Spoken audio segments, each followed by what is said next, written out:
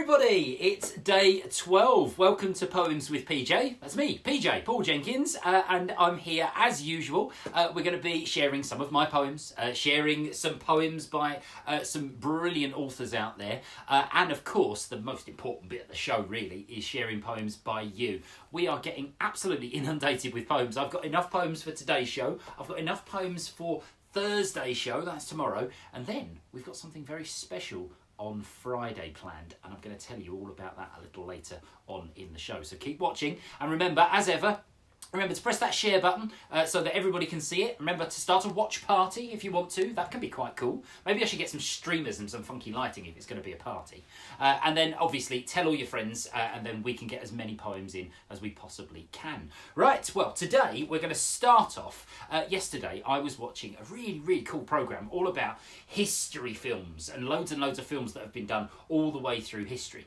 And it seems that one of the things that we love learning about is the Tudors. Now, you might not have known anything about the Tudors or done anything about the Tudors, but you might have heard of some of the kings and queens, like Elizabeth I, or Henry VIII with his 6 wives, or you might have learned about William Shakespeare and the stories he used to tell. Well, all of those people were all happening around the Tudor time, and that's what it's called, that historical period. And now, there's lots and lots of things with history that sometimes we forget. There's lots of facts and dates and all sorts of other bits and pieces. And one of the ways that you can help remember some of those things is by writing poems about them or learning poems about them. And that's what we did in our first book. From My Bottom Did a Burp in class, we did a poem all about the Tudors. And it's just called, This Term We Did the Tudors. We learned about the Tudors. We learned about their houses. We learned about old Henry VIII. We learned about his spouses. We learned about that Shakespeare and the writers of his time. We learned about how all the streets were filled with sludge and slime. We learned about armadas and how they sailed to sea. We learned about potatoes and how they came to be. We learned about the Tower and the traitors to behead. We learned about Elizabeth and how she never wed. We learned about the Mary Rose. We learned about exploring. But most of all, we learned that Tudor times weren't never boring. There you go. That's called We Learned About the Tudors. This term we did the Tudors. And if you look in the book, there's a picture of somebody having their head chopped off.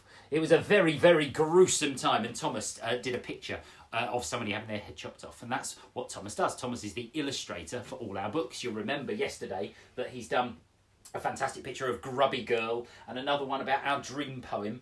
There's loads more of those to come in a few days' time, and actually we're going to be releasing some of the new poems that we're doing from our collection as well.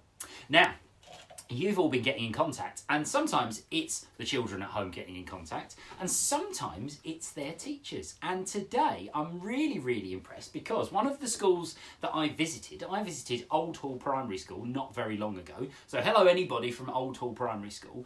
And one of your teachers, Mr. Hargreaves, got in contact with me and said, if you don't mind, I've written a poem. Well, I've got to say, Mr. Hargreaves, it's a brilliant poem, and it's all about a cat. Now, we've got a cat. I can see a cat right now. He's off camera. He's looking off, and you never know. Sometimes he ends up running up and down the stairs in the middle of our show. So you might see him later. He's called Moo. And if you see him, you have to shout hello to Moo. All right? But in this one, this is Mr. Hargreaves' cat. In this house, there lives a cat. A cat who likes to have a nap. He loves to nap upon a lap. But when there is no lap on which to nap, off he goes through his cat flap.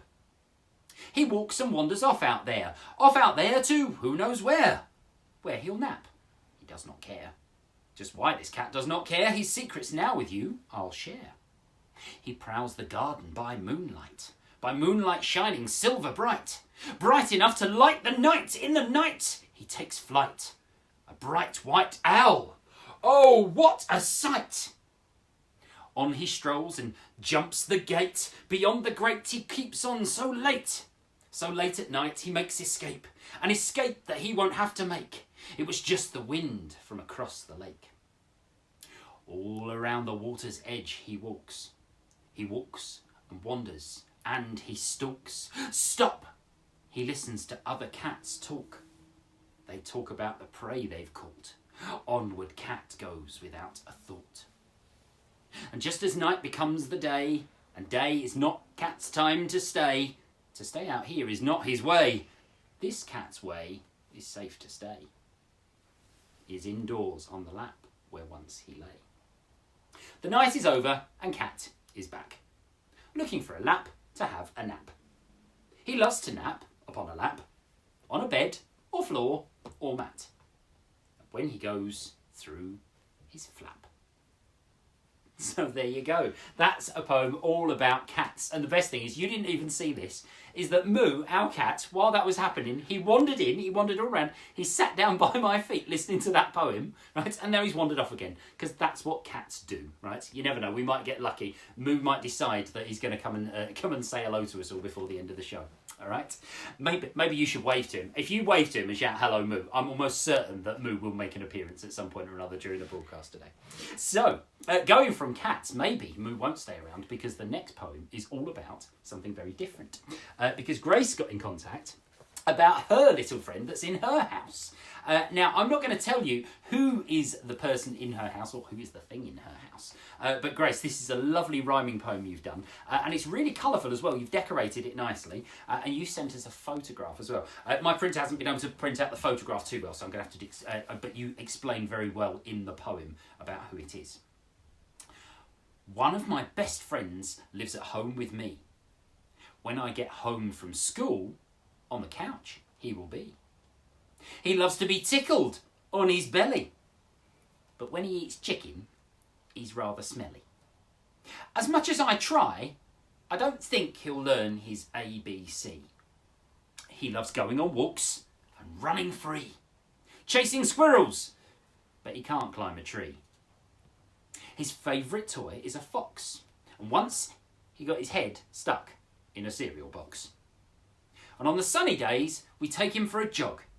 His name is Bruce. And if you haven't guessed already, he's my dog.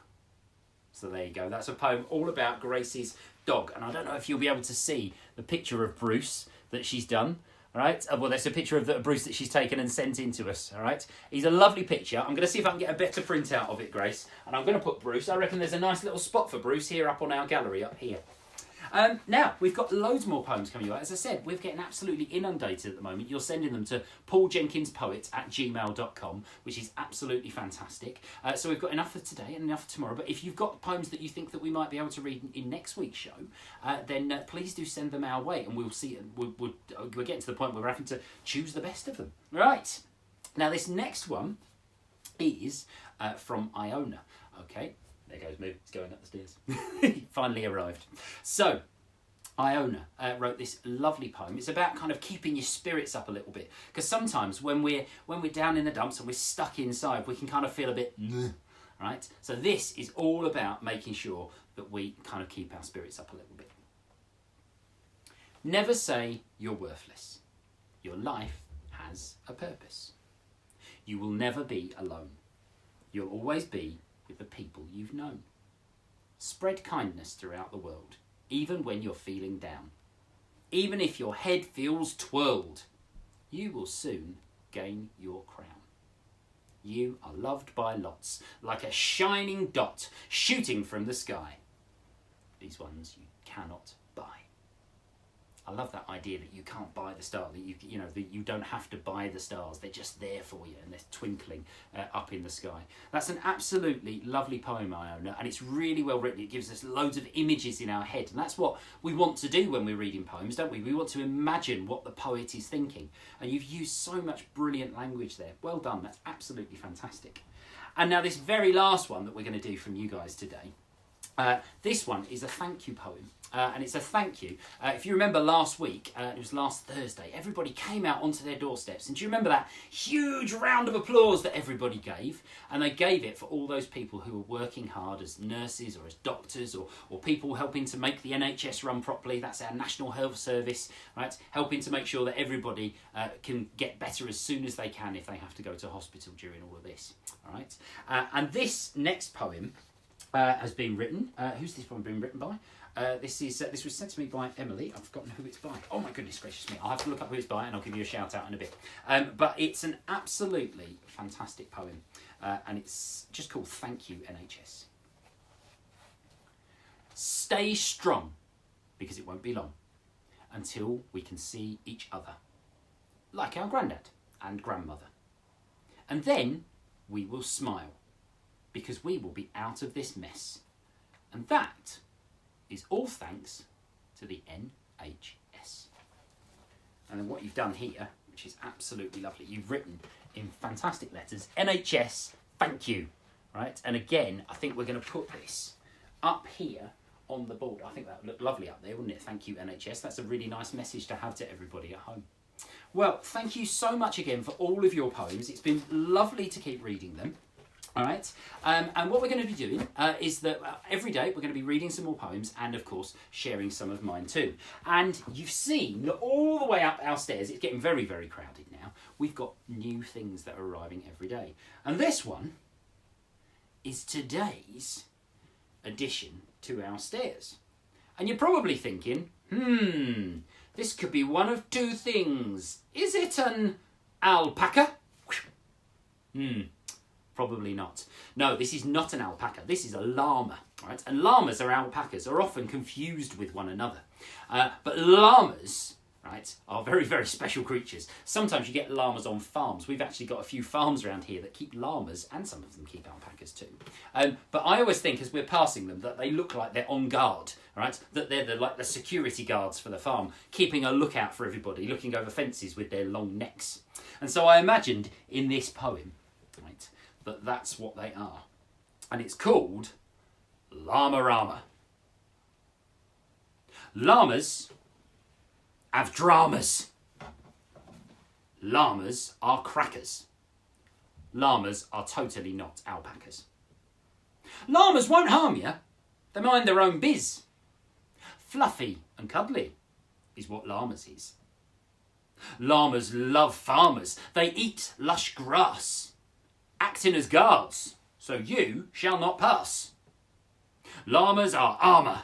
They stop the palaver of midnight rustlers in balaclavas. Llamas give karma. They've got strength. They've got grit. They're also quite icky. As llamas, they spit. Oh, llamas spit it. Horrible. What? You are a naughty llama. You should not be doing that. Right. Well, there's our llama. Our llama, I think, he's gonna have to be looked after by Gromit and the penguin. I think he's going to live around about there. Thank you very much, everybody, for tuning in. As ever, it's been wonderful to have your company this afternoon. Now, I mentioned that on Friday we're going to be doing something a little bit different. Instead of some of these things being here, we're going to have my whiteboard. I'm going to be doing some stuff with you. We're going to be writing something brand new, but I won't be preparing it before we start.